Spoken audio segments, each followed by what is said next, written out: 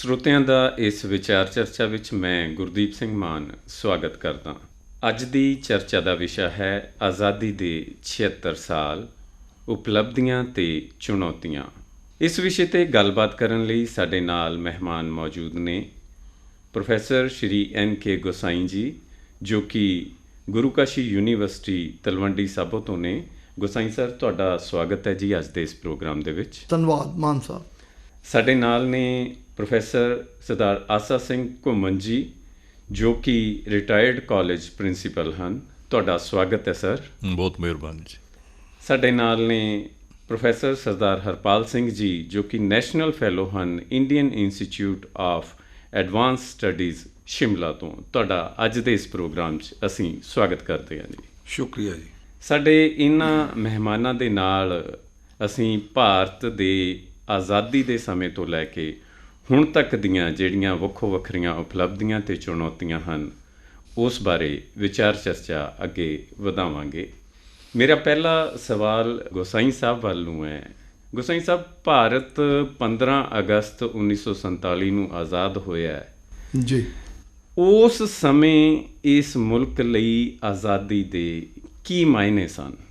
Sir, 1857 ਤੋਂ ਲੈ ਕੇ ਜੀ 1947 ਤੱਕ ਜੀ 90 ਸਾਲ ਦੀ ਜਦੋਜਹਿਦ ਤੋਂ ਬਾਅਦ ਸਾਨੂੰ ਆਜ਼ਾਦੀ ਮਿਲੀ, ਜਿਹਦੇ ਵਿੱਚ ਸੈਂਕੜੇ, ਮੈਂ ਕੀ ਕਹਾਂ, ਹਜ਼ਾਰਾਂ ਲੋਕਾਂ ਨੇ ਬਲੀਦਾਨ ਦਿੱਤੇ।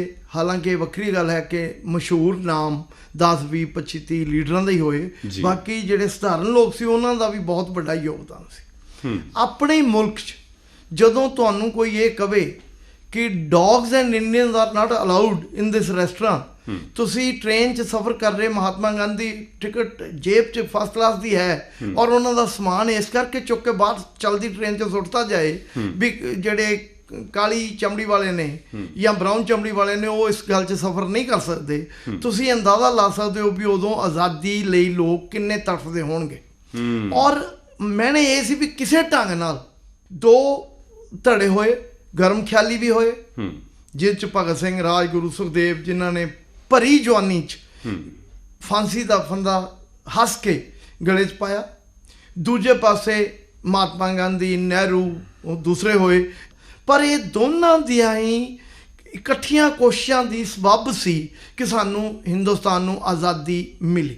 ਔਰ ਉਹਦੇ ਲਈ ਅਸੀਂ ਬਹੁਤ ਦੇਰ ਤੋਂ ਤਾਂਘ ਸੀ, ਇਹ ਸੀ ਵੀ ਅਸੀਂ ਇੱਕ ਬਹੁਤ ਗਰੋ ਕਰਾਂਗੇ, ਮੁਲਕ ਸਾਡਾ ਆਪਣਾ ਹੋਏਗਾ, ਆਜ਼ਾਦੀ ਨਾਲ ਸਾਹ ਲੈ ਸਕਾਂਗੇ। ਜਿਹੜੇ ਗੁਲਾਮੀ ਦੇ ਦੌਰ ਦੇ ਜ਼ੁਲਮ ਸੀ ਤੇ ਜਿਹੜੇ ਮਨੁੱਖੀ ਅਧਿਕਾਰਾਂ ਦਾ ਘਾਣ ਸੀ, ਉਹਨੇ ਕਿਤੇ ਨਾ ਕਿਤੇ ਸਾਡੇ ਲੋਕਾਂ ਨੂੰ ਇੱਕ ਸੂਤਰ ਦੇ ਵਿੱਚ ਬੰਨ੍ਹਿਆ ਜੀ, ਜਿਸ ਕਰਕੇ ਕਿ ਆਜ਼ਾਦੀ ਲਈ ਸਾਰੇ ਸਾਂਝੇ ਯਤਨਾਂ ਲਈ ਪ੍ਰੇਰਿਤ ਹੋਏ। ਜੀ ਜੀ।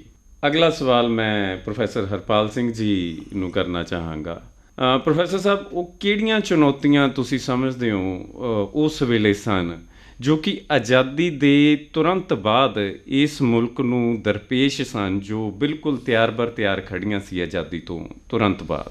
ਮਾਨ ਸਾਹਿਬ, ਸਭ ਤੋਂ ਵੱਡੀ ਚੁਣੌਤੀ ਤਾਂ ਇਹ ਸੀ ਕਿ ਸਾਰਾ ਮੁਲਕ, ਜਿਹਨੂੰ ਅਸੀਂ ਸਾਖਰਤਾ ਦੀ ਬੜੀ ਵੱਡੀ ਘਾਟ ਸੀ ਜੀ, ਇਲਿਟਰੇਸੀ ਜਿਹਨੂੰ ਅੰਗਰੇਜ਼ੀ ਵਾਲੇ ਕਹਿੰਦੇ ਨੇ, ਹਰ ਇੱਕ ਪਿੰਡ ਵਿੱਚ ਕੋਈ ਇੱਕ ਅੱਧਾ ਬੰਦਾ ਦਸਤਖਤਾਂ ਵਾਲਾ ਮਿਲਦਾ ਸੀ, ਪੜ੍ਹਿਆ ਮਿਲਦਾ ਸੀ। ਕਿਉਂਕਿ ਅੰਗਰੇਜ਼ਾਂ ਨੇ ਉਨੀਆਂ ਕੁ ਸਿਰਫ ਸੰਸਥਾਵਾਂ ਜਿਹੜੀਆਂ ਸੀ ਖੋਲ੍ਹੀਆਂ ਜਿਹਦੇ ਨਾਲ ਉਹਨਾਂ ਦਾ ਜਿਹੜਾ ਸੈਕਟਰੀਏਟ ਹੈ, ਉਹਨਾਂ ਦਾ ਸਿਸਟਮ ਹੈ, ਉਹ ਚੱਲ ਸਕੇ ਜੀ। ਅਤੇ ਸਾਡੇ ਮੁਲਕ ਦੇ ਸਾਹਮਣੇ ਬੜੀ ਚੁਣੌਤੀ ਸੀ ਇਹ ਕਿ ਜਿਹੜੀ ਸਾਖਰਤਾ ਹੈ, ਲਿਟਰੇਸੀ ਹੈ, ਇਸ ਨੂੰ ਵਿਆਪਕ ਪੱਧਰ 'ਤੇ ਲੈ ਕੇ ਜਾਣਾ ਹੈ। ਇਹ ਕਿਸੇ ਵੇਲੇ ਪਹਿਲਾਂ ਸੀਗੀ ਹਿੰਦੁਸਤਾਨ 'ਚ ਜੀ, ਜਿਸ ਵੇਲੇ ਸਾਡੇ ਹਰ ਇੱਕ ਆਪਣੇ ਸਾਡੇ ਵਿਦਿਆਲੇ, ਆਪਣੇ ਸਾਡੇ ਮਦਰਸੇ ਅਤੇ ਹਰ ਪਿੰਡ ਦੇ ਵਿੱਚ ਮਤਲਬ ਇੱਕ ਬੁਨਿਆਦੀ ਸਾਖਰਤਾ ਦਾ ਇੰਤਜ਼ਾਮ ਸੀ।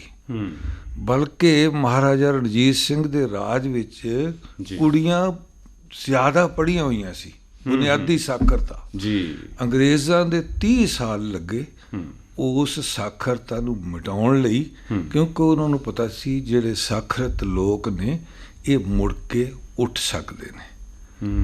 ਤੇ GW ਲਾਈਟਨਰ ਦੀ ਕਿਤਾਬ ਹੈ ਜਿਹੜੀ ਇੰਡੀਜੀਨਸ ਐਜੂਕੇਸ਼ਨ ਇਨ ਦੀ ਪੰਜਾਬ, ਜੀ। ਉਹ ਜਰਮਨ ਸੀਗਾ, ਅੰਗਰੇਜ਼ਾਂ ਦੀ ਨੌਕਰੀ ਵਿੱਚ। ਜੀ।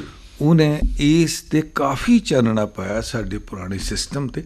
ਇਸ ਕਰਕੇ ਇੱਕ ਵੱਡਾ ਸਾਡਾ ਹਾਸਲ ਹੈ, ਪ੍ਰਾਪਤੀ ਹੈ ਕਿ ਸਾਖਰਤਾ ਨੂੰ ਵੱਡੇ ਪੱਧਰ ਤੇ ਲੈ ਜਾਣਾ। ਹੁਣ ਤੁਹਾਨੂੰ ਅੰਗੂਠਾ ਲਾਉਣ ਵਾਲਾ ਟਾਵਾਂ ਮਿਲੇਗਾ। ਬਿਲਕੁਲ ਜੀ, ਇਹ ਚੇਂਜ ਹੈ। ਤਾਂ ਇਹ ਇੱਕ ਵਿਦੇਸ਼ੀ ਸ਼ਾਸਕਾਂ ਦੀ ਸੋਚੀ ਸਮਝੀ ਰਣਨੀਤੀ ਸੀ ਕਿ ਪਹਿਲਾਂ ਅਗਿਆਨਤਾ ਦੇ ਹਨੇਰੇ ਵਿੱਚ ਇਹਨਾਂ ਨੂੰ ਧੱਕਿਆ ਜਾਵੇ ਤਾਂ ਜੋ ਜਿਹੜੀਆਂ ਇਹਨਾਂ ਤੇ ਆਪਣੀਆਂ ਨੀਤੀਆਂ ਲਾਗੂ ਕਰਕੇ ਕਿ ਲੰਬੇ ਸਮੇਂ ਤੱਕ ਰਾਜ ਕੀਤਾ ਜਾ ਸਕੇ। ਘੁੰਮਣ ਸਾਹਿਬ, ਭਾਰਤ ਦੀ ਆਜ਼ਾਦੀ ਤੋਂ ਤੁਰੰਤ ਬਾਅਦ ਕਈ ਸਾਰੀਆਂ ਸਮੱਸਿਆਵਾਂ, ਜਿਵੇਂ ਕਿ ਪ੍ਰੋਫੈਸਰ ਸਾਹਿਬ ਨੇ ਸਾਖਰਤਾ ਦੀ ਗੱਲ ਕੀਤੀ, ਤਾਂ ਹੋਰ ਕੁਝ ਅਜਿਹੇ ਮਸਲੇ ਸਨ ਜੋ ਤਿਆਰ ਬਰ ਤਿਆਰ ਸਨ ਅਤੇ ਜਿਨ੍ਹਾਂ ਨੂੰ ਆਜ਼ਾਦੀ ਤੋਂ ਤੁਰੰਤ ਬਾਅਦ ਵੇਖਿਆ ਜਾਣਾ ਅਤੇ ਉਹਨਾਂ ਨੂੰ ਸੁਲਝਾਉਣ ਦੇ ਯਤਨ ਕਰਨੇ ਜ਼ਰੂਰੀ ਸਨ। ਜਿਹੜੀਆਂ ਮੁੱਢਲੀਆਂ ਸਾਡੀਆਂ 5 ਸਾਲਾ ਯੋਜਨਾਵਾਂ ਉਲੀਕੀਆਂ ਗਈਆਂ, ਉਹਨਾਂ ਨੂੰ ਤੁਸੀਂ ਕੀ ਵੇਖਦੇ ਹੋ ਕਿ ਮੁਲਕ ਦੀ ਤਰੱਕੀ ਦੇ ਵਿੱਚ ਵੱਖ-ਵੱਖ ਸਮੇਂ 'ਤੇ ਬਣਾਈਆਂ ਗਈਆਂ ਅਤੇ ਲਾਗੂ ਕੀਤੀਆਂ ਗਈਆਂ 5 ਸਾਲਾ ਯੋਜਨਾਵਾਂ ਦੀ ਕੀ ਅਹਿਮੀਅਤ ਰਹੀ ਅਤੇ ਕੀ ਯੋਗਦਾਨ ਰਿਹਾ? ਸਭ ਤੋਂ ਪਹਿਲਾਂ ਤਾਂ ਸਾਨੂੰ ਇਹ ਸਮਝਣ ਦੀ ਲੋੜ ਹੈ, ਜਦੋਂ ਅਸੀਂ ਉਪਲਬਧੀਆਂ ਦੀ ਗੱਲ ਕਰਨੇ ਆ ਔਰ ਅੱਜ ਦੇ ਯੁੱਗ ਵਿੱਚ ਆਧੁਨਿਕ ਵੰਗਾਰਾਂ ਦੀ ਗੱਲ ਕਰਨੇ ਆ, ਉਪਲਬਧੀਆਂ ਜਿਹੜੀਆਂ ਨੇ ਉਹ ਹਮੇਸ਼ਾ ਕਿਸੇ ਕੰਟੈਕਸਟ ਵਿੱਚ ਹੁੰਦੀਆਂ ਨੇ। ਸੋ 1947 ਦੇ ਵੇਲੇ ਜਿਹੜੇ ਚੈਲੰਜਸ ਸਨ, ਉਹਨਾਂ ਚੈਲੰਜਸ ਦੇ ਉੱਤੇ ਹਿੰਦੁਸਤਾਨ ਨੇ ਕਿਵੇਂ 1947 ਤੋਂ ਬਾਅਦ ਵਿਨ ਓਵਰ ਕੀਤਾ, ਉਹ ਉਪਲਬਧੀਆਂ ਨੇ। ਪਹਿਲਾਂ ਅਸੀਂ ਚੈਲੰਜਸ ਦੀ ਜੇ ਗੱਲ ਕਰਾਂਗੇ, ਫਿਰ ਹੀ ਉਪਲਬਧੀਆਂ ਜਿਹੜੀਆਂ ਨੇ ਉਹਨਾਂ ਨੂੰ ਸਹੀ ਪਰਸਪੈਕਟਿਵ ਅਤੇ ਸਹੀ ਕੰਟੈਕਸਟ ਵਿੱਚ ਸਮਝਿਆ ਜਾ ਸਕੇਗਾ। ਜੀ ਬਿਲਕੁਲ। ਸੋ ਇਮੀਡੀਏਟਲੀ ਜਿਹੜੀਆਂ ਪ੍ਰੋਬਲਮ ਸਨ ਉਹਨਾਂ ਵਿੱਚ ਤਾਂ ਸਭ ਤੋਂ ਵੱਡੀ ਪ੍ਰੋਬਲਮ ਜਿਹੜੀ ਸੀ ਕਿ ਆਜ਼ਾਦੀ ਜਿਹੜੀ ਹੈ ਉਹਦੇ ਨਾਲ ਹੀ ਧਰਮ ਦੇ ਨਾਂ 'ਤੇ ਦੇਸ਼ ਦੀ ਪਾਰਟੀਸ਼ਨ ਹੋਈ, ਬਟਵਾਰਾ ਹੋਇਆ। ਜੀ। ਸ਼ਾਇਦ ਇਹ ਦੁਨੀਆ ਦੇ ਵਿੱਚ ਆਈ ਥਿੰਕ ਪਹਿਲੀ ਐਗਜ਼ਾਮਪਲ ਹੋਵੇਗੀ। ਦੁਨੀਆ 'ਚ ਬਟਵਾਰੇ ਹੋਏ ਵੱਖ-ਵੱਖ ਦੇਸ਼ਾਂ ਦੇ, ਲੇਕਿਨ ਧਰਮ ਦੇ ਨਾਂ 'ਤੇ ਇਸ ਤਰ੍ਹਾਂ ਬਟਵਾਰੇ ਵਾਲੀ ਸ਼ਾਇਦ ਕੋਈ ਵਿਰਲੀ ਟਾਵੀਂ ਐਗਜ਼ਾਮਪਲ ਹੋਵੇ ਕਿ ਜਿਸ ਦੇ ਵਿੱਚ ਲੱਖਾਂ ਹੀ ਲੋਕ ਜਿਹੜੇ ਨੇ ਉਹਨਾਂ ਦੀ ਕਤਲੋ ਗੈਰਤ ਹੋਈ ਔਰ ਲੱਖਾਂ ਹੀ ਔਰਤਾਂ ਦੀ ਬੇਇੱਜ਼ਤੀ ਹੋਈ। ਜੀ। ਔਰ ਕੋਈ 12 ਮਿਲੀਅਨ ਕਹਿੰਦਾ ਹੈ, ਕੋਈ 10 ਮਿਲੀਅਨ ਕਹਿੰਦਾ ਹੈ, ਕੋਈ 14 ਮਿਲੀਅਨ ਕਹਿੰਦਾ। ਲੋਕ ਜਿਹੜੇ ਸਨ ਉਹ ਬੇਘਰ ਹੋ ਕੇ ਪਾਕਿਸਤਾਨੀ ਹਿੱਸੇ ਵਿੱਚੋਂ ਧਰਮ ਦੇ ਨਾਂ 'ਤੇ ਇੱਧਰ ਆਏ। ਜਿਹੜਾ ਆਜ਼ਾਦ ਮੁਲਕ ਸੀ, ਦੋਵੇਂ ਹੀ ਆਜ਼ਾਦ ਮੁਲਕ ਸਨ, ਪਰ ਜਿਹੜੇ ਹਿੰਦੁਸਤਾਨ ਵਿੱਚ ਮੁਸਲਿਮ ਲੋਕ ਸਨ ਉਹਨਾਂ ਦੀ ਮਾਈਗ੍ਰੇਸ਼ਨ ਉੱਧਰ ਹੋਈ। ਇੱਕ ਤਾਂ ਇਹ ਬਹੁਤ ਵੱਡਾ ਚੈਲੰਜ ਸੀ। ਜੀ। ਦੂਸਰਾ ਇੱਕ ਨਾ ਬਹੁਤ ਵੱਡਾ ਚੈਲੰਜ ਉਹ ਹੁੰਦਾ ਹੈ ਕਿ ਤੁਸੀਂ ਜਦੋਂ ਡਾਊਨ ਟਰੋਡਨ ਰਹੇ ਹੋਵੋ ਸਦੀਆਂ ਵਾਸਤੇ, ਤੇ ਫਿਰ ਤੁਸੀਂ ਇੱਕਦਮ ਰਾਜੇ ਬਣ ਜਾਓ, ਰਾਜੇ ਨਾ ਕਹੀਏ ਮਤਲਬ ਸ਼ਾਸਕ ਬਣ ਜਾਓ। ਤੇ ਉਸ ਸਾਈਕੀ ਦੇ ਵਿੱਚ ਤੇ ਇਸ ਵੱਡੇ ਨੂੰ, ਜੇ ਤੁਸੀਂ ਫਰੀडम ਐਟ ਮਿਡਨਾਈਟ ਪੜ੍ਹੋ ਡੋਮਿਨਿਕ ਲੈਪੀਅਰ ਦੀ, ਤੇ ਉਹ ਤੇ ਕਹਿੰਦਾ ਵੀ ਈਵਨ 1947 ਦੇ ਵਿੱਚ ਤੇ ਮਹਾਤਮਾ ਗਾਂਧੀ ਨੂੰ ਵੀ ਪਤਾ ਨਹੀਂ ਸੀ ਕਿ ਨਾਰਥ ਈਸਟ ਦੀਆਂ ਸਟੇਟਾਂ ਜਿਹੜੀਆਂ ਨੇ ਉਹ ਵੀ ਹਿੰਦੁਸਤਾਨ ਦਾ ਹੀ ਹਿੱਸਾ ਨੇ। ਸੋ ਇੱਕਦਮ ਜਦੋਂ ਸ਼ਿਫਟ ਆਫ ਪਾਵਰਸ ਹੋਇਆ, ਧਰਮ ਦੇ ਨਾਂ 'ਤੇ ਏਡੀ ਵੱਡੀ ਕਤਲੋ ਗੈਰਤ ਹੋਈ, ਵਿਨਾਸ਼ਕਾਰੀ ਹੋਈ, ਉਸ ਨੂੰ ਸਾਂਭ ਲੈਣਾ ਬੜਾ ਵੱਡਾ ਚੈਲੰਜ ਸੀ। ਦੂਸਰੀ ਜਿਹੜੀ ਵੱਡੀ ਪ੍ਰੋਬਲਮ ਸੀ ਕਿ ਜਿਹੜਾ ਐਡਮਿਨਿਸਟ੍ਰੇਟਿਵ ਪਾਰਟ ਸੀ ਨਾ, ਉਹ 1947 ਤੋਂ ਪਹਿਲਾਂ ICS ਸੀ। ਬਿਲਕੁਲ। ਉਹਦੇ ਐਗਜ਼ਾਮ ਲੰਡਨ ਵਿੱਚ ਹੁੰਦੇ ਸਨ। ਸੋ ਆਫੀਸਰ ਜਿਹੜੇ ਸਨ, ਜਿਹੜੇ 2 ਨੰਬਰ ਦੇ ਸ਼ਾਸਕ ਹੁੰਦੇ ਨੇ, ਉਹਨਾਂ ਦੀ ਟੋਟਲ ਸਾਡੇ ਕੋਲ ਕਮੀ ਹੋ ਗਈ, ਕਿਉਂਕਿ ਉਹ ਤੇ ਅੰਗਰੇਜ਼ ਸਨ। ਵੱਡੇ ਆਫੀਸਰ ਜਿੰਨੇ ਸਨ ICS ਵਿਰਲੇ ਟਾਵੇਂ ਮਹਿੰਦਰ ਸਿੰਘ ਰੰਧਾਵਾ ਵਰਗੇ 2-4-5 ਅਸੀਂ ਨਾਂ ਲੈ ਸਕਦੇ ਹਾਂ। ਬਿਲਕੁਲ। ਸੋ ਉਹਨਾਂ ਦੀ ਵੀ ਸਾਰੇ ਅੰਗਰੇਜ਼ ਆਫੀਸਰ ਜਿਹੜੇ ਸਨ ਉਹ ਸ਼ਿਫਟ ਕਰ ਗਏ। ਸੋ ਦਿਸ ਵਾਜ਼ ਏ ਬਿਗ ਪ੍ਰੋਬਲਮ। ਔਰ ਨਾਲ ਹੀ ਇੰਡਸਟਰੀ ਨੂੰ ਬੜਾ ਵੱਡਾ ਖੋਰਾ ਸੀ ਵੀ ਕੱਚਾ ਮਾਲ ਜਿੰਨਾ ਹੈਗਾ ਉਹ ਸਾਰਾ ਲਿਜਾਇਆ ਗਿਆ। ਖਾਸ ਤੌਰ 'ਤੇ ਸਾਡੀ ਟੈਕਸਟਾਈਲ ਇੰਡਸਟਰੀ ਬੜੀ ਤਗੜੀ ਸੀ, ਜਿਵੇਂ ਸਾਖਰਤਾ ਦੀ ਗੱਲ ਕੀਤੀ ਗਈ ਹੈ। ਸੋ ਉਸ ਵੈਕਿਊਮ ਦੇ ਵਿੱਚੋਂ ਜੇ ਮਤਲਬ ਹਿੰਦੁਸਤਾਨ ਜਿਹੜਾ ਹੈ ਉਹਨਾਂ ਨੇ 5 ਈਅਰ ਪਲਾਨਸ ਬਣਾ ਕੇ ਟਾਰਗੇਟ ਮਿੱਥ ਕੇ ਪ੍ਰਾਪਤੀਆਂ ਕੀਤੀਆਂ। ਨੋ ਡਾਊਟ ਬਹੁਤ ਕੁਛ ਕਰਨ ਵਾਲਾ ਜੇ, ਪਰ ਪ੍ਰਾਪਤੀਆਂ, ਉਪਲਬਧੀਆਂ ਜਿਹੜੀਆਂ ਨੇ ਉਹ ਪੋਲੀਟੀਕਲ ਸਿਸਟਮ ਵਿੱਚ ਵੀ, ਕਿਉਂਕਿ ਅੰਗਰੇਜ਼ ਕਹਿੰਦੇ ਸਨ ਤੁਹਾਨੂੰ ਤਾਂ ਰਾਜ ਕਰਨਾ ਨਹੀਂ ਆਉਣਾ, ਇਹ ਬਿਖਰ ਜਾਏਗਾ। ਲੇਕਿਨ ਇਹ ਬਿਖਰਿਆ ਨਹੀਂ, ਇਹ ਬੜੀ ਵੱਡੀ ਪ੍ਰਾਪਤੀ। ਜੀ। ਤਾਂ ਵੱਖ-ਵੱਖ ਚੀਜ਼ਾਂ ਦੀ ਪਛਾਣ ਕੀਤੀ ਗਈ, ਮਸਲਿਆਂ ਨੂੰ ਅੰਡਰਲਾਈਨ ਕੀਤਾ ਗਿਆ ਅਤੇ ਫਿਰ ਉਹਨਾਂ ਲਈ ਜਿੱਦਾਂ ਤੁਸੀਂ ਦੱਸਿਆ ਯੋਜਨਾਵਾਂ ਬਣਾਈਆਂ ਗਈਆਂ। ਇੰਡਸਟਰੀ ਤੋਂ ਇਲਾਵਾ ਗੁਸਾਈ ਸਾਹਿਬ, ਜਿੱਦਾਂ ਕਿ ਘੁੰਮਣ ਸਾਹਿਬ ਨੇ ਦੱਸਿਆ ਹੈ, ਜੀ ਜਿਹੜੇ ਮੁੱਢਲੇ ਮਨੁੱਖੀ ਮਸਲੇ, ਜੇਕਰ ਆਪਾਂ ਗੱਲ ਕਰੀਏ, ਭੋਜਨ, ਸਿਹਤ ਤੇ ਸਿੱਖਿਆ ਦੀ ਗੱਲ ਪ੍ਰੋਫੈਸਰ ਸਾਹਿਬ ਨੇ ਹੁਣੇ ਕੀਤੀ ਸੀ। ਭੋਜਨ ਤੇ ਸਿਹਤ ਵਰਗੇ ਜਿਹੜੇ ਆਧਾਰਭੂਤ ਮਸਲੇ ਸੀ, ਇਹਨਾਂ ਦੇ ਉੱਪਰ ਭਾਰਤ ਦੇ ਨੀਤੀ ਘਾੜਿਆਂ ਦਾ ਹੁਣ ਤੱਕ ਦਾ ਜੋ ਪ੍ਰਦਰਸ਼ਨ ਰਿਹਾ ਹੈ, ਜਾਂ ਜਿੱਥੇ ਤੱਕ ਅਸੀਂ ਹੁਣ ਤੱਕ ਪਹੁੰਚੇ ਹਾਂ, ਇਸ ਚੀਜ਼ ਨੂੰ ਤੁਸੀਂ ਕਿਵੇਂ ਆਂਕਦੇ ਹੋ ਜਾਂ ਪੜਚੋਲਦੇ ਹੋ? ਜਿਸ ਤਰ੍ਹਾਂ ਮੇਰੇ ਸਾਥੀ ਪੈਨਲਿਸਟ ਨੇ ਹੁਣੇ ਆਪਣੇ ਵਿਚਾਰ ਰੱਖੇ, ਬਿਲਕੁਲ ਸਹੀ ਗੱਲ ਹੈ ਕਿ ਹਨੇਰੇ 'ਚੋਂ ਚਾਨਣੇ 'ਚ ਸਾਨੂੰ ਲਿਆ ਕੇ ਖੜਾ ਕਰ ਦਿੱਤਾ ਅਚਾਨਕ। ਆਪ ਹੀ ਅਸੀਂ ਸ਼ਾਸਕ ਕਹਿ ਲਓ ਜਾਂ ਕੋਈ ਵੀ ਵਰਡ ਯੂਜ਼ ਕਰ ਲਓ, ਅਸੀਂ ਆਪ ਬਣ ਗਏ। ਸਾਡਾ ਜਿਹੜਾ ਸਟੀਲ ਫਰੇਮ ਜਿਹਨੂੰ ਆਪਾਂ ਕਹਿੰਦੇ ਹਾਂ ICS ਵਗੈਰਾ, ਉਹ ਬਿਲਕੁਲ ਮਿਸਿੰਗ ਹੋ ਗਿਆ। ਜੁਡੀਸ਼ਰੀ ਬਿਲਕੁਲ ਮਿਸਿੰਗ ਹੋ ਗਈ। ਖਾਸ ਕਰਕੇ ਜੇ ਆਪਾਂ ਨਾਰਥ ਇੰਡੀਆ ਦੀ ਗੱਲ ਕਰੇ, ਜਿੱਥੇ ਆਪਾਂ ਅੱਜ ਇਹ ਸਟੇਸ਼ਨ 'ਤੇ ਬੈਠੇ ਹਾਂ, ਆਲ ਇੰਡੀਆ ਰੇਡੀਓ ਜਲੰਧਰ, ਇਹਦੇ ਵਿੱਚ ਵੀ ਹਜ਼ਾਰਾਂ ਫੈਮਲੀਜ਼ ਨੇ ਜਿਹੜੀਆਂ ਉੱਧਰੋਂ ਉਜੜ ਕੇ ਇੱਥੇ ਆਈਆਂ। ਜਿਹੜੇ ਇੱਥੋਂ ਮੁਸਲਮਾਨ ਉੱਠ ਕੇ ਗਏ, ਉਹਨਾਂ ਦੀ ਜਗ੍ਹਾ ਉਹਨਾਂ ਨੂੰ ਸੈਟਲ ਕਰਾਇਆ ਗਿਆ ਉਹਨਾਂ ਮਕਾਨਾਂ 'ਚ। ਬਾਅਦ 'ਚ ਉਹਨਾਂ ਦੇ ਨਾਂ ਦੇ ਉੱਤੇ ਉਹ ਪ੍ਰੋਪਰਟੀ ਤਬਦੀਲ ਹੋਈ। ਭੋਜਨ ਆਪਣੇ ਆਪ 'ਚ ਨੈਚੁਰਲੀ ਬਹੁਤ ਵੱਡੀ ਸਮੱਸਿਆ ਸੀ, ਔਰ ਜਿਹੜੀਆਂ ਸਿਹਤ ਸੁਵਿਧਾਵਾਂ ਨੇ ਇਹਨਾਂ ਦੀ ਬੜੀ ਵੱਡੀ ਸਮੱਸਿਆ ਸੀ। ਜਿਹੜਾ ਐਜੂਕੇਸ਼ਨ ਅਦਾਰੇ ਸੀ ਉਹਨਾਂ ਦੀ ਬੜੀ ਵੱਡੀ ਸਮੱਸਿਆ ਸੀ। ਹੁਣ ਜਿੱਦਾਂ ਸਭ ਤੋਂ ਪਹਿਲੇ ਸਾਡੇ ਸਾਥੀ ਨੇ ਗੱਲ ਕੀਤੀ, ਸਾਖਰਤਾ ਦਾ ਨਾ ਹੋਣਾ, ਕਿਉਂਕਿ ਅੰਗਰੇਜ਼ ਚਾਹੁੰਦੇ ਹੀ ਨਹੀਂ ਸੀ ਵੀ ਇਹ ਪੜ੍ਹਨ। ਉਹਨਾਂ ਨੂੰ ਸਰ ਪੁਲਿਸ 'ਚ ਸਿਪਾਹੀ ਚਾਹੀਦੇ ਸੀ, ਉਹ ਇੰਡੀਅਨ ਚਾਹੀਦੇ ਸੀ ਜਿਹੜੇ ਇੰਡੀਅਨਸ 'ਤੇ ਜ਼ੁਲਮ ਕਰਨ। ਉਹਨਾਂ ਨੂੰ ਕਲਰਕ ਚਾਹੀਦੇ ਸੀ ਜਿਹੜੇ ਅੰਗਰੇਜ਼ ਸ਼ਾਸਕਾਂ ਦੀ ਆਰਡਰਾਂ ਦੀ ਪੂਰਤੀ ਕਰਨ, ਚਾਹੇ ਉਹ ਸਾਡੇ ਇੰਡੀਅਨਸ ਦੇ ਅਗੇਂਸਟ ਹੀ ਸੀ। ਜਿਹੜੀ ਅੱਜ ਵੀ ਉਪਲਬਧੀਆਂ ਦੀ ਗੱਲ ਵੀ ਹੈ, 76 ਸਾਲ ਹੋ ਗਏ। ਔਰ ਅੱਜ ਸਭ ਤੋਂ ਵੱਡੀ ਗੱਲ ਤੇ ਹੈ ਵੀ ਹਿੰਦੁਸਤਾਨ ਦਾ ਨਾਮ ਦੁਨੀਆ ਦੇ ਜਿਹੜੇ ਵੱਡੇ ਮੁਲਕ ਨੇ ਜੀ, ਉਹਨਾਂ 'ਚ ਸ਼ਾਮਲ ਹੋ ਗਿਆ। ਇਹ ਤਾਂ ਹੈਗੀ ਬਹੁਤ ਵੱਡੀ ਉਪਲਬਧੀ। ਜਿਹੜੀ ਗੱਲ ਮਾਨ ਸਾਹਿਬ ਤੁਸੀਂ ਕੀਤੀ, ਉਹਦੇ 'ਚ ਇੱਕ ਥੋੜ੍ਹਾ ਜਿਹਾ ਕਸ਼ਟ ਇਹ ਹੁੰਦਾ, ਠੀਕ ਹੈ ਐਜੂਕੇਸ਼ਨ ਦੇ ਅਸੀਂ ਸਾਰੇ ਹੀ ਟੀਚਰਸ ਹਾਂ ਔਰ ਅਸੀਂ ਸਾਰੀ ਉਮਰ ਇਸੇ ਕੰਮ 'ਚ ਲਾਈਏ ਜੀ। ਨਿਊ ਐਜੂਕੇਸ਼ਨ ਪਾਲਿਸੀ ਵੀ ਲਿਆਂਦੀ ਹੈ ਤਾਂ ਕਿ ਉਹਨੂੰ ਲਿਬਰਲ ਬਣਾਇਆ ਜਾਏ। ਜੇ ਬੱਚੇ ਨੇ ਮੰਨ ਲਓ ਗਲਤੀ ਨਾਲ ਇੱਕ ਸਬਜੈਕਟ ਜਾਂ ਕੋਰਸ ਕਦੀ ਚੂਜ਼ ਕਰ ਲਿਆ, ਜੇ ਉਹ ਸ਼ਿਫਟ ਕਰਨਾ ਚਾਹੇ ਤਾਂ ਉਹਦੇ ਕੋਲ ਐਗਜ਼ਿਟ ਦੇ ਪੁਆਇੰਟਸ ਵੀ ਜ਼ਿਆਦਾ ਹੋਣ, ਐਂਟਰੀ ਔਰ ਐਗਜ਼ਿਟ ਜ਼ਿਆਦਾ ਹੋਣ। ਬਕਾਇਦਾ ਉਹਦਾ ਇੱਕ ਜਿੱਦਾਂ ਸਾਡੇ ਬੈਂਕਾਂ ਦੀ ਪਾਸਬੁੱਕ ਹੁੰਦੀ ਹੈ, ਉਹ 'ਚ ਤੁਹਾਡੇ ਪੈਸੇ ਨੇ ਤੇ ਹੈਗੇ। ਬਾਕੀ ਇਹਦੇ 'ਚ ਵੀ ਤੁਹਾਡਾ ਇੱਕ ਐਜੂਕੇਸ਼ਨ ਕ੍ਰੈਡਿਟ ਬੈਂਕ ਹੋਵੇ, ਅਕਾਊਂਟ ਹੋਵੇ, ਤਾਂ ਕਿ ਬੱਚੇ ਨੂੰ ਉਹਦੇ ਬੇਸ 'ਤੇ ਮਲਟੀ ਸਕਿੱਲਸ ਡਿਵੈਲਪ ਹੋਣ, ਉਹਦੇ ਅੰਦਰ ਐਫੀਸ਼ੀਐਂਸੀ ਹੋਵੇ ਔਰ ਕੁਝ ਬਣ ਸਕੇ। ਸੋ ਮਤਲਬ ਇਹਨਾਂ ਦੇ ਬਾਵਜੂਦ ਵੀ ਜਿੰਨੀ ਉਪਲਬਧਤਾ ਜੀ ਸਿਹਤ ਸੁਵਿਧਾਵਾਂ ਦੀ ਚਾਹੀਦੀ ਸੀ ਜੀ, ਜਿੰਨੀ ਐਜੂਕੇਸ਼ਨ ਦੀ ਮਤਲਬ ਇੰਸਟੀਟਿਊਸ਼ਨ ਦੀ ਗਿਣਤੀ ਤਾਂ ਬਹੁਤ ਵੱਧ ਗਈ। ਹਰ ਥਾਂ ਥਾਂ ਦੇ ਉੱਤੇ ਸਕੂਲ ਕਾਲਜ ਡੋਰ ਸਟੈਪ 'ਤੇ ਹੋ ਗਏ। ਮੇਰੇ ਸਾਥੀ ਮੇਰੀ ਇਸ ਗੱਲ ਨਾਲ ਸਹਿਮਤ ਹੋਣਗੇ, ਅੱਗੇ ਕੋਈ ਕਾਲਜ 100 ਕਿਲੋਮੀਟਰ ਤੇ 80 ਕਿਲੋਮੀਟਰ ਤੇ ਹੁੰਦਾ ਸੀ, ਲੋਕ ਪੈਦਲ ਸਾਈਕਲਾਂ 'ਤੇ ਵੀ ਜਾਂਦੇ ਰਹੇ ਨੇ। ਅੱਜ ਹਰ ਛੋਟੇ ਛੋਟੇ ਡਿਸਟੈਂਸ 'ਤੇ ਕਾਲਜ ਨੇ, ਸਕੂਲ ਨੇ, ਪਰ ਜਿਹੜੀ ਕੁਆਲਿਟੀ ਆਫ ਐਜੂਕੇਸ਼ਨ ਹੈ ਜੀ, ਉਹ ਅੱਜ ਵੀ ਉਹੀ ਹੈ ਜੋ ਲਾਰਡ ਮਕਾਲੇ ਸਾਨੂੰ ਡਿਕਟੇਟ ਕਰ ਗਿਆ। ਉਹਦੇ ਆਪਣੇ, ਉਹਦੀ ਗੌਰਮੈਂਟ ਦੇ, ਉਹਦੀ ਕੌਮ ਦੇ ਜੋ ਵੀ ਅਲਟੀਰੀਅਰ ਮੋਟਿਵ ਸੀ, ਅੱਜ ਵੀ ਸਾਡਾ ਢਾਂਚਾ ਉਹੀ ਹੈ। ਤਾਂ ਕਿਤੇ ਨਾ ਕਿਤੇ ਜਿਹੜੇ ਇੱਕ ਆਜ਼ਾਦ ਮੁਲਕ ਦੇ ਦੌਰ ਦੀ ਜਿਹੜੀ ਸਿੱਖਿਆ ਪ੍ਰਣਾਲੀ ਸੀ, ਜਾਂ ਜਿਵੇਂ ਸਮੇਂ ਦੇ ਨਾਲ ਆਧੁਨਿਕਤਾ ਦਾ ਦੌਰ ਚੱਲਿਆ, ਤਾਂ ਉੱਥੇ ਅਸੀਂ ਸਮੇਂ ਦੇ ਹਾਣ ਦੇ ਵਿਦਿਅਕ ਅਦਾਰਿਆਂ ਨੂੰ ਪ੍ਰਫੁੱਲਤ ਕਰਨ ਦੇ ਵਿੱਚ ਕਿਤੇ ਨਾ ਕਿਤੇ ਥੋੜ੍ਹੇ ਪਿੱਛੇ ਰਹੇ ਹਾਂ, ਤੁਹਾਡੇ ਕਹਿਣ ਦਾ ਅਰਥ ਹੈ? ਹਾਂ, ਮੈਨੂੰ ਇਹ ਜ਼ਰੂਰ ਲੱਗਦਾ ਕਿ ਅੱਜ ਅਸੀਂ ਆਪਣੀ ਪੜ੍ਹਾਈ ਦੇ ਬੇਸ 'ਤੇ ਸੁਪਰ ਸਪੈਸ਼ਲਿਸਟ ਬਣਾਤੇ। ਦੰਦਾਂ ਦਾ ਡਾਕਟਰ ਹੋਰ ਹੈ, ਗਰਦਨ ਦਾ ਹੋਰ ਹੈ, ਅੱਖਾਂ ਦਾ ਹੋਰ ਹੈ, ਨੱਕ ਦਾ ਹੋਰ, ਗੋਡਿਆਂ ਦਾ ਹੋਰ, ਸਕਿਨ ਦਾ ਹੋਰ, ਹਰ ਬਿਮਾਰੀ ਦਾ ਸਪੈਸ਼ਲਿਸਟ ਆ ਗਿਆ। ਅੱਗੇ ਪਿੰਡ 'ਚ ਸ਼ਹਿਰ 'ਚ ਇੱਕ ਦਾ ਡਾਕਟਰ ਹੁੰਦਾ ਸੀ, ਉਹ ਸਾਰੀਆਂ ਬਿਮਾਰੀਆਂ ਦਾ ਇਲਾਜ ਕਰਦਾ ਸੀ। ਪਰ ਮੇਰੇ ਸਾਥੀ ਸ਼ਾਇਦ ਇਸ ਗੱਲ ਨਾਲ ਸਹਿਮਤ ਹੋਣਗੇ ਕਿ ਅਸੀਂ ਸੁਪਰ ਸਪੈਸ਼ਲਿਸਟ ਤੇ ਬਣਾਤੇ ਜੀ, ਪਰ ਜਿਹੜਾ ਵਿੱਚ ਇੱਕ ਮੋਰਲ ਪਾਰਟ ਹੁੰਦਾ ਐਜੂਕੇਸ਼ਨ ਦਾ, ਇਨਸਾਨੀਅਤ ਵਾਲਾ, ਉਹ ਅੱਜ ਵੀ ਸਾਡੀ ਉਹ ਸਿੱਖਿਆ ਪ੍ਰਣਾਲੀ ਤੋਂ ਮਤਲਬ ਬਹੁਤ ਦੂਰ ਹੈ ਜੀ। ਤਾਂ ਜਿਹੜੀਆਂ ਸ਼ੁਰੂਆਤੀ ਸਾਡੀਆਂ 5 ਸਾਲਾ ਯੋਜਨਾਵਾਂ ਸੀ, ਉਹਨਾਂ ਦੇ ਵਿੱਚ ਕਿਤੇ ਨਾ ਕਿਤੇ ਜੇ ਅਸੀਂ ਪਹਿਲੀ ਯੋਜਨਾ ਦੀ ਗੱਲ ਕਰੀਏ, IITs ਦਾ ਸੁਫਨਾ ਲਿਆ ਗਿਆ ਸੀ ਠੀਕ ਉਸੇ ਸਮੇਂ ਜਦੋਂ ਭਾਖੜਾ ਦੀ ਜਾਂ ਹੀਰਾਕੁੱਟ ਦੀ ਜਾਂ ਹੋਰਨਾਂ ਯੋਜਨਾਵਾਂ ਦੀ ਨਿਉ ਰੱਖੀ ਗਈ ਸੀ। ਉਸ ਤੋਂ ਪਹਿਲਾਂ ਪ੍ਰੋਫੈਸਰ ਸਾਹਿਬ ਨੇ ਗੱਲ ਕੀਤੀ ਸੀ ਕਿ ਜਿਹੜਾ ਰੋਜ਼ਗਾਰ ਜਾਂ ਜਿਹੜੇ ਸਾਡੇ ਮੈਨੂਫੈਕਚਰਿੰਗ ਅਦਾਰੇ ਸੀ ਉਤਪਾਦਨ ਵੱਲ, ਉਹਦੇ ਵੱਲ ਵੀ ਧਿਆਨ ਦਿੱਤਾ ਗਿਆ ਸੀ।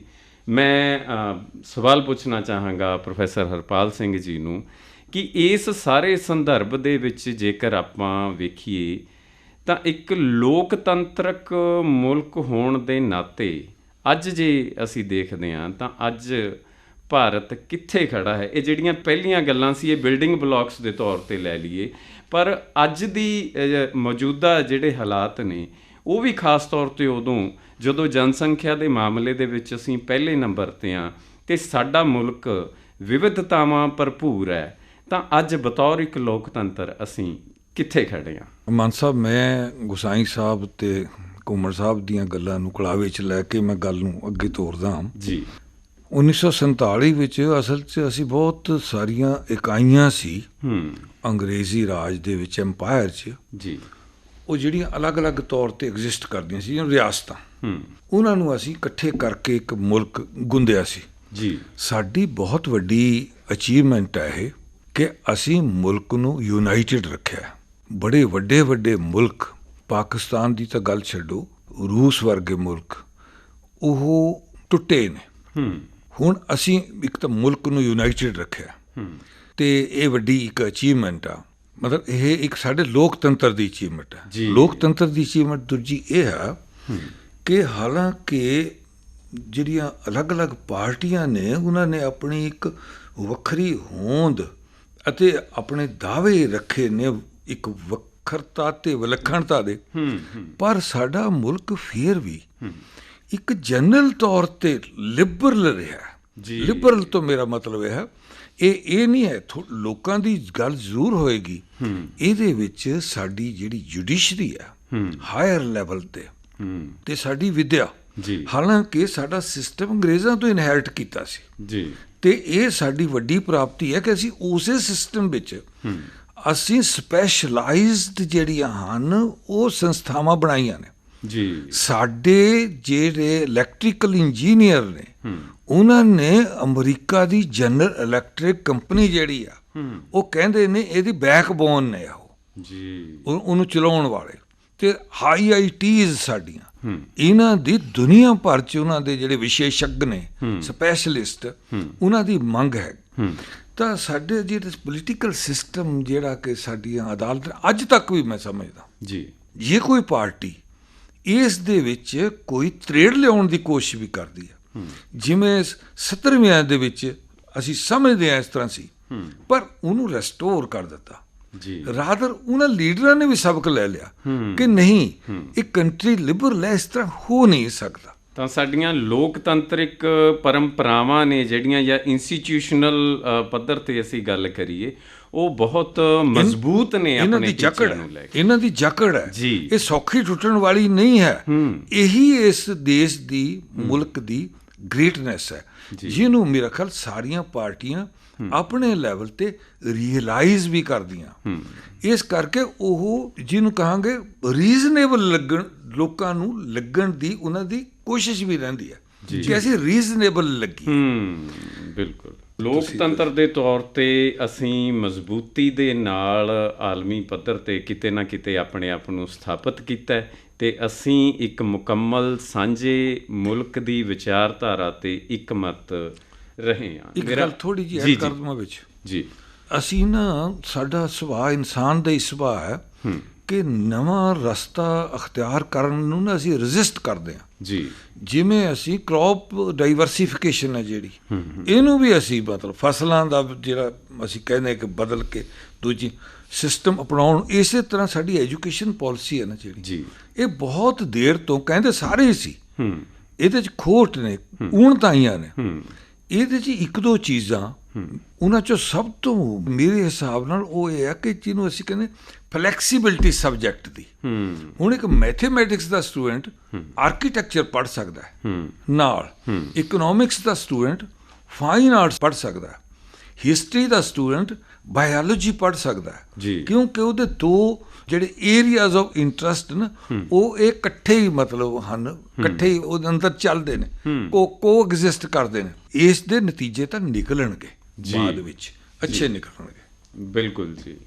ਪ੍ਰੋਫੈਸਰ ਘੁੰਮਣ, ਤੁਸੀਂ ਗੱਲ ਕੀਤੀ ਸੀ ਇੰਡਸਟਰੀਅਲਾਈਜੇਸ਼ਨ ਦੀ, ਤਾਂ ਇੱਕ ਮਜ਼ਬੂਤ ਅਰਥਚਾਰੇ ਦੇ ਮਤਲਬ ਤੌਰ 'ਤੇ ਜੇਕਰ ਅਸੀਂ ਗੱਲ ਕਰੀਏ, ਕੀ ਭਾਰਤ ਆਪਣੇ ਨੌਜਵਾਨਾਂ ਨੂੰ ਰੁਜ਼ਗਾਰ ਦੇਣ ਦੇ ਇਸ ਸਾਰੇ ਲੰਬੇ ਸਮੇਂ ਦੌਰਾਨ ਤੇ ਹੁਣ ਵੀ ਸਮਰੱਥ ਰਿਹਾ ਹੈ, ਜਾਂ ਇਸ ਦੇ ਵਿੱਚ ਕਿਤੇ ਨਾ ਕਿਤੇ ਕੋਈ ਊਣਤਾਈ ਤੁਹਾਨੂੰ ਲੱਗਦੀ ਹੈ, ਜਾਂ ਅਸੀਂ ਬਿਹਤਰ ਕੰਮ ਕੀਤਾ? ਤੇ ਨਾਲ ਇਸੇ ਸਵਾਲ ਨੂੰ ਜੇਕਰ ਥੋੜ੍ਹੀ ਹੋਰ ਅੱਗੇ ਲੈ ਕੇ ਜਾਈਏ, ਤਾਂ ਆਉਣ ਵਾਲੇ ਸਮੇਂ ਲਈ ਅਜਿਹੀ ਕਿਹੜੀ ਯੋਜਨਾ ਉਲੀਕੀ ਜਾਵੇ ਜਿਸ ਨਾਲ ਅਸੀਂ ਆਪਣੀ ਵਿਕਾਸ ਦਰ ਦੇ ਟੀਚਿਆਂ ਨੂੰ ਬਿਹਤਰ ਤਰੀਕੇ ਦੇ ਨਾਲ ਹਾਸਿਲ ਕਰ ਸਕੀਏ? ਜੀ, ਜਿੱਥੋਂ ਤੱਕ ਰੁਜ਼ਗਾਰ ਦਾ ਸੰਬੰਧ ਹੈ ਨਾ ਜੀ, ਉਸ ਮਸਲੇ ਦੇ ਵਿੱਚ ਹਿੰਦੁਸਤਾਨ ਬਹੁਤ ਜ਼ਿਆਦਾ ਕਾਮਯਾਬ ਨਹੀਂ ਰਿਹਾ ਜੀ। ਬਹੁਤ ਵੱਡੀਆਂ ਉਪਲਬਧੀਆਂ ਜਿਹੜੀਆਂ ਨੇ ਉਹ ਅਸੀਂ ਹਾਸਲ ਨਹੀਂ ਕਰ ਸਕੇ। ਤਿੰਨ ਪੱਖਾਂ 'ਚ ਮੈਂ ਸਮਝਣਾ, ਭਾਵੇਂ ਕਿ ਇਸ ਸੰਬੰਧ ਵਿੱਚ ਪ੍ਰੋਫੈਸਰ ਸਾਹਿਬ ਨੇ ਗੱਲ ਵੀ ਪਹਿਲਾਂ ਕੀਤੀ ਹੈ ਜੀ, ਪਰ ਮੈਂ 2005 ਵਿੱਚ ਯੂਨੈਸਕੋ ਦੀ ਐਜੂਕੇਸ਼ਨਲ ਕਾਨਫਰੰਸ ਅਟੈਂਡ ਕੀਤੀ ਸੀ, ਜਿਹਦਾ ਇੱਕ ਨਾਅਰਾ ਸੀ ਐਜੂਕੇਸ਼ਨ ਫਾਰ ਆਲ ਜੀ। ਅਤੇ ਉਸ ਵੇਲੇ HRD ਮਿਨਿਸਟਰ ਸਰਦਾਰ ਅਰਜਨ ਸਿੰਘ ਵੀ ਉੱਥੇ ਸਨ। 20 ਤੱਕ ਅਸੀਂ ਐਜੂਕੇਸ਼ਨ ਫਾਰ ਆਲ ਕਰਨੀ ਸੀ, ਪਰ ਅਸੀਂ ਨਹੀਂ ਕਰ ਸਕੇ, ਨਾ ਕੁਆਂਟਿਟੀ ਨਾ ਕੁਆਲਿਟੀ ਜੀ। ਇਸੇ ਤਰ੍ਹਾਂ ਹੀ ਰੁਜ਼ਗਾਰ ਜਿਹੜਾ ਹੈ ਉਸ ਨੂੰ ਅਸੀਂ ਐਜੂਕੇਸ਼ਨ ਨਾਲ ਨਹੀਂ ਜੋੜ ਸਕੇ। ਥੋਰੈਟੀਕਲ ਐਜੂਕੇਸ਼ਨ ਅਸੀਂ ਦਿੰਦੇ ਰਹੇ ਹਾਂ, ਔਰ ਅਨਫੋਰਚੂਨੇਟਲੀ ਜਿੰਨੇ ਵੀ ਸਾਡੇ ਵੋਕੇਸ਼ਨਲ ਅਦਾਰੇ ਨੇ ਔਰ ਜਾਂ ਜਿਹੜੇ ਜੋਬ ਓਰੀਐਂਟਡ ਜਿਨ੍ਹਾਂ ਨੂੰ ਅਸੀਂ ਕਹਿੰਦੇ ਸਾਂ, ਤੀਸਰੇ ਬਤੌਰ ਪ੍ਰੋਫੈਸਰ ਮੈਂ ਆਪ ਖੁਦ ਮਹਿਸੂਸ ਕੀਤਾ ਹੈ। ਸੋ ਦੈਟ ਮੀਨਸ ਕਿ ਜਿੱਥੇ ਜਿੱਥੇ ਵੀ ਅਸੀਂ practical vocational job oriented courses start ਕਰਨ ਦੀ ਕੋਸ਼ਿਸ਼ ਕੀਤੀ, ਉਹਦੇ 'ਚ ਅਸੀਂ ਕਾਮਯਾਬ ਨਹੀਂ ਹੋਏ। ਜਿੱਥੋਂ ਤੱਕ ਹੈ ਗੌਰਮੈਂਟ ਅਪਰਚੁਨਿਟੀਜ਼ ਜਿਹੜੀਆਂ ਮਿਲਣੀਆਂ ਚਾਹੀਦੀਆਂ ਸਨ ਜੀ, ਉਹ ਅਸੀਂ ਹਿੰਦੁਸਤਾਨ ਨੇ ਵੀ ਗਲੋਬਲਾਈਜੇਸ਼ਨ ਦੇ ਪ੍ਰਭਾਵ ਅਧੀਨ ਨਿੱਜੀਕਰਨ ਨੂੰ ਬਹੁਤ ਜ਼ਿਆਦਾ ਬੜਾਵਾ ਦਿੱਤਾ ਜੀ। ਔਰ ਉਹ ਨਿੱਜੀਕਰਨ ਨੂੰ ਜਿਹੜਾ ਬੜਾਵਾ ਦਿੱਤਾ ਹੈ, ਉਹਦਾ ਬਹੁਤ ਘਾਤਕ ਰਿਜ਼ਲਟ ਜਿਹੜੇ ਨੇ ਉਹ ਸਾਹਮਣੇ ਆ ਰਹੇ ਨੇ ਕਿ ਅਪਰਚੁਨਿਟੀਜ਼ ਜਿਹੜੀਆਂ ਉਹ ਘਟ ਗਈਆਂ।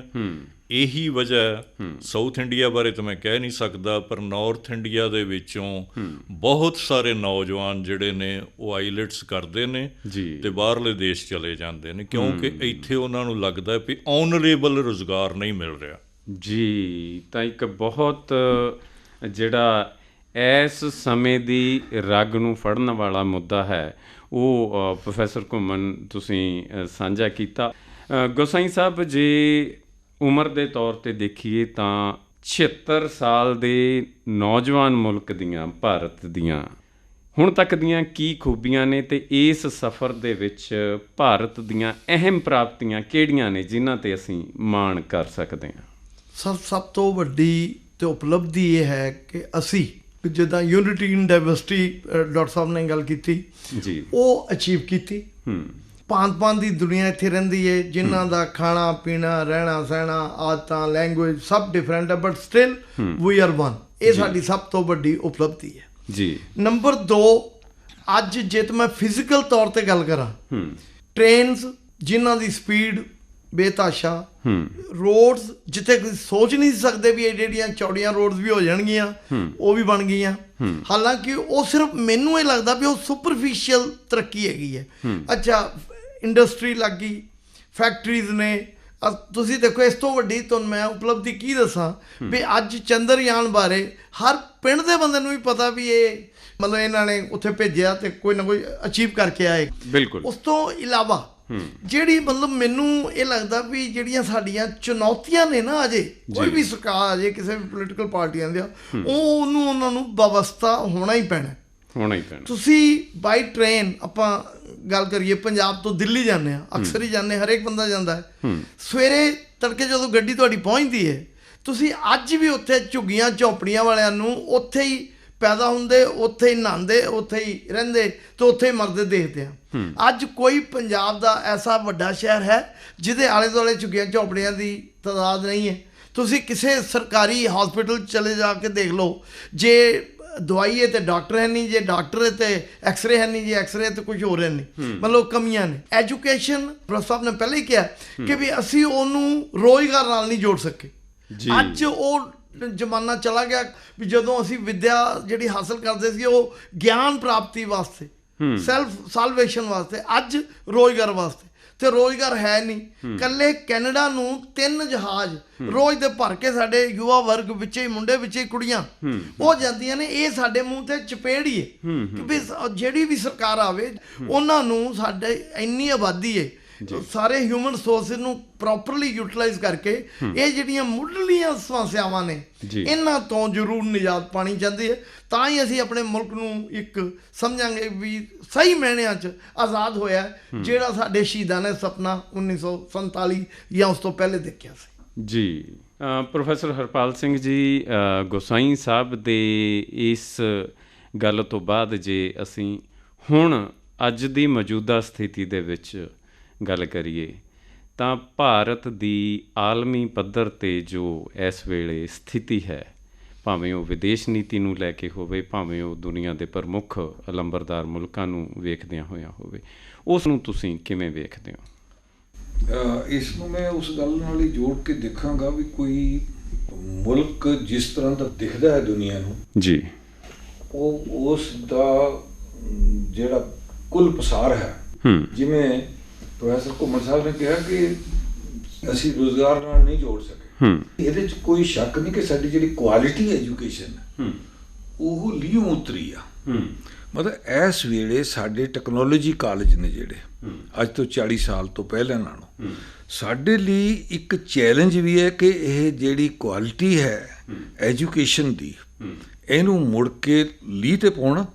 ਉਹਦੇ ਲਈ ਮੇਰਾ ਆਪਣੇ ਵੱਲੋਂ ਇੱਕ ਸੁਝਾਅ ਵੀ ਹੈਗਾ ਜੀ ਕਿ ਜਿਹੜੀ ਮੈਂ ਤਾਂ ਸਮਝਦਾ ਵੀ ਜਿਹੜਾ ਬਿਲਕੁਲ ਪੜ੍ਹਿਆ ਲਿਖਿਆ ਨਹੀਂ ਹੈਗਾ, ਕਾਰੀਗਰ ਹੈ, ਮਿਸਤਰੀ ਹੈ, ਉਸ ਨੂੰ ਪ੍ਰੋਫੈਸਰ ਦੇ ਨਾਲ ਬਿਠਾਇਆ ਜਾਵੇ, ਮਸ਼ੀਨ ਸਾਹਮਣੇ ਹੋਵੇ, ਪ੍ਰੋਫੈਸਰ ਥਿਊਰੀ ਦੱਸੇ। ਹੁਣ ਸਾਡਾ ਜਿਹੜਾ ਬੀਟੈਕ ਵਾਲਾ ਹੈਗਾ ਜੀ, ਉਹ ਫਿਊਜ਼ ਵੀ ਨਹੀਂ ਲਾ ਸਕਦਾ ਬਹੁਤ ਵਾਰ। ਤਾਂ ਆਖਰੀ ਗੱਲ ਸਰ ਇਹ ਸੀਗੀ ਜੀ ਕਿ ਮਦਰ ਟੰਗ ਦੀ ਜਿਹੜੀ ਪ੍ਰਾਈਮੇਸੀ ਆ, ਕਿਉਂਕਿ ਅਸੀਂ ਹਰੇਕ ਚੀਜ਼ ਨੂੰ ਰਿਲੇਟ ਕਰਕੇ ਸਮਝਦੇ ਹਾਂ। ਅਸੀਂ ਆਪਣੀ ਮਾਂ ਬੋਲੀ ਰਾਹੀਂ ਅੰਗਰੇਜ਼ੀ ਵਿੱਚ ਚੀਜ਼ਾਂ ਨੂੰ ਵੀ ਬਹੁਤੀਆਂ ਉਹਦੇ ਰਾਹੀਂ ਸਮਝਦੇ ਹਾਂ। ਨਵੀਂ ਵਿੱਦਿਆ ਪ੍ਰਣਾਲੀ ਵਿੱਚ ਜਿਹੜੀ ਪ੍ਰਾਈਮੇਸੀ ਆ, ਪਹਿਲ ਤਰਜੀਹ ਦਿੱਤੀ ਗਈ ਹੈ ਮੀਡੀਅਮ ਨੂੰ, ਇਸ ਨੂੰ ਜਿਹੜੀ ਮਾਂ ਬੋਲੀ ਨੂੰ, ਇਹਦੇ ਵਿੱਚ ਇਹਨੂੰ ਠੀਕ ਢੰਗ ਨਾਲ ਇਹ ਲਾਗੂ ਹੋ ਜਾਵੇ ਤੇ ਚੰਗੇ ਨਤੀਜੇ ਨਿਕਲ ਸਕਦੇ ਨੇ।